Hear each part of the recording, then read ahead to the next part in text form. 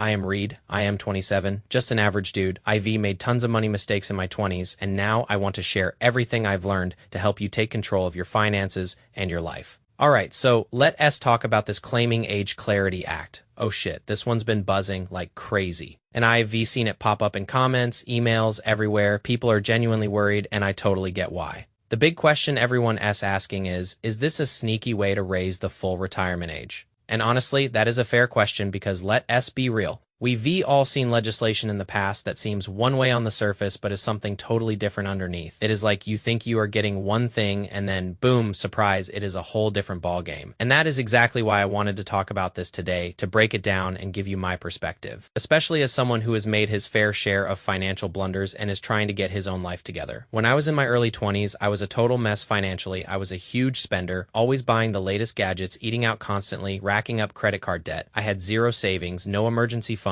and absolute no idea how I was going to pay for anything important in the future. I was living paycheck to paycheck, actually more like paycheck to before paycheck, because I was always running out of money. It was a really stressful time, and I felt completely lost when it came to my money. I didn't have any family money to fall back on, no fancy connections, and definitely no financial background. Just a regular guy making really dumb money decisions. So when I see people getting anxious about something like Social Security, I can totally empathize with that feeling of uncertainty and even a bit of helplessness. It is a big, complex system, and it affects everyone. That is why I started learning about personal finance, trying to dig myself out of that hole, and that is why I am here sharing my experiences, the good and the bad, the lessons I've learned, and what I think about these kinds of financial topics that directly impact our lives and our future. First off, there is a big misconception swirling around. A lot of people think this act has already passed through Congress, like both the House and the Senate have approved it, and it is just waiting for the President's signature. That is not the case, not at all. It passed through the House of Representatives back on the 1st of December of 2025, which by the way was not that long ago, but it is been sitting with the Senate Finance Committee ever since. And for those of you who might not know, the Senate Finance Committee, they kind of a big deal. They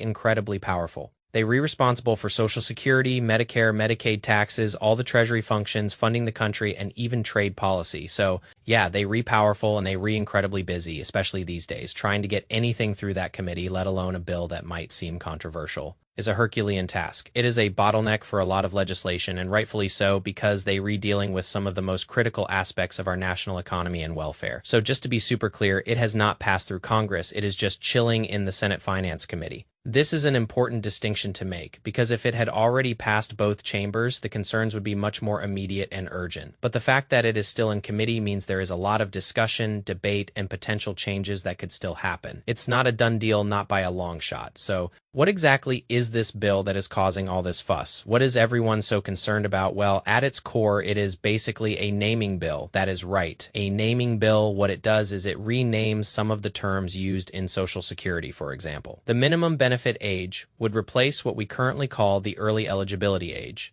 and the standard benefit age would replace the full retirement age. And then maximum monthly benefit age would replace what we know as delayed retirement credits. So essentially, you are getting new terms for the exact same things, and that is where the concern comes in, right? Why would you go through all the trouble of renaming these things unless you were trying to pull a fast one? Unless there was something sneaky going on. I mean, historically, if you look back, there have definitely been instances where bills had one name, but their true intent was something completely different. It does matter if it is Republicans or Democrats, it has happened on both sides. You can look at the last 50 years, and it has been a recurring theme. We just happen to be living through it and seeing it unfold in real time. It is easy to be cynical about politics, and honestly, sometimes that cynicism is well-deserved. We've all seen bills that are dressed up as one thing, but are designed to achieve something else entirely, often something that is immediately obvious or beneficial to the general public. It is like those clickbait headlines online, where the title promises one thing, and the article delivers something totally different, or worse, just sells you something you don't need it. It's natural to be wary when you see something like this, especially when it concerns something as vital as Social Security, which many people depend on for their retirement. I used to be that person who would just skim the headlines and assume the worst, especially when it came to anything financial or political. But now, after getting my own finances in order and trying to understand how the world works, I try to dig a little deeper. I learned that making knee-jerk reactions based on fear or incomplete information almost always leads to bad decisions. So let's keep digging and see if this bill is truly nefarious or if there is more to the story. Now, with all that said, in this specific instance, I honestly don't think it is probably that sneaky. And let me tell you why. First off, this bill was sponsored by one person from the Democratic Party and one person from the Republican Party. That is right. A bipartisan effort, Aaron Bean, a Republican from Florida, and Val Hoyle, a Democrat from Oregon, they co-sponsored this bill, and get this. It is also supported by AARP. Now, I don't too know if AARP has put the full weight of their organization behind it, but they've certainly made positive comments about it, or at least not negative ones. Their comments have generally been favorable. AARP is a massive organization that advocates for the rights and interests of older Americans. They are very influential, and if they thought this bill was a backdoor attempt to hurt seniors or reduce benefits, you can bet they'd be screaming about it from the rooftops. The fact that they've been generally supportive, or at least not against it, tells me something. It is a pretty strong indicator that this isn't some malicious ploy. Typically, when you see a bill that is genuinely sneaky, you off one side with a very strong opposing view. Think about some of the big pieces of legislation that have barely made it through Congress and various presidencies. The other side was usually very loud in their opposition, but here that is not what we're seeing. We're seeing cooperation, which is pretty rare in Washington these days, right? It is not a common occurrence to see both sides of the aisle working together on something, especially something related to Social Security. So when it does happen, it is usually for a reason, and often that reason is to make something clearer or more efficient, not to pull a fast one. There are a couple of other things that I think are really important to focus on here. Social Security, believe it or not, has bipartisan support. Republicans and Democrats, both sides, have consistently said they support Social Security. They don't want cuts to it, and they will defend it. This isn't like some of the other issues where opinions are sharply divided along party lines. Social Security is often referred to as the third rail of politics, meaning politicians touch it at their peril. It is too important to too many people for either party to mess with it in a way that would be seen as detrimental to beneficiaries. Both parties understand that undermining Social Security would be a political disaster. They might disagree on how to fund it or how to ensure its long-term solvency, but generally, they agree that the program itself is vital and needs to be protected. So that is a big one. The other point is that it started off with bipartisan support. When you see something go through Congress with bipartisan support, you need to understand what is happening behind the scenes. Things need to get done. As a politician, if you are not signing things into law or vetoing things or voting against things,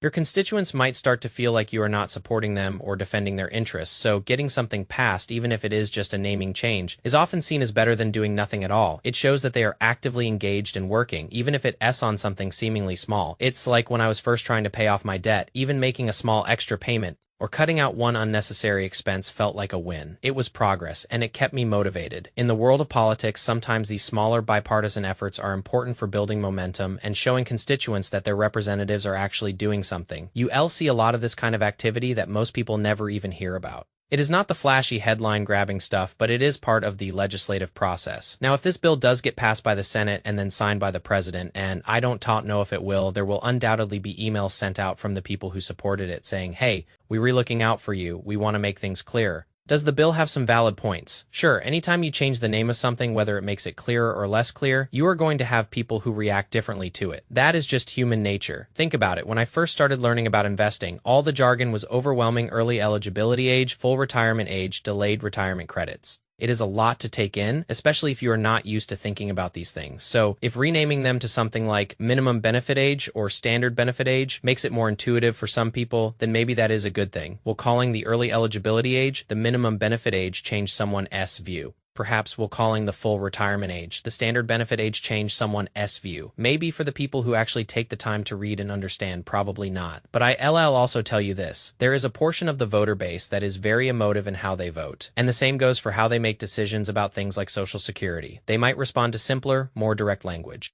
There was a report that suggested, and I believe this is true, that people spend more time planning their next vacation than they do figuring out which age to claim Social Security. And that is sad because it is a huge decision for someone. It can have a massive impact on your retirement income. But if it is treated like something you just pick up at the checkout stand, well, you are not going to optimize.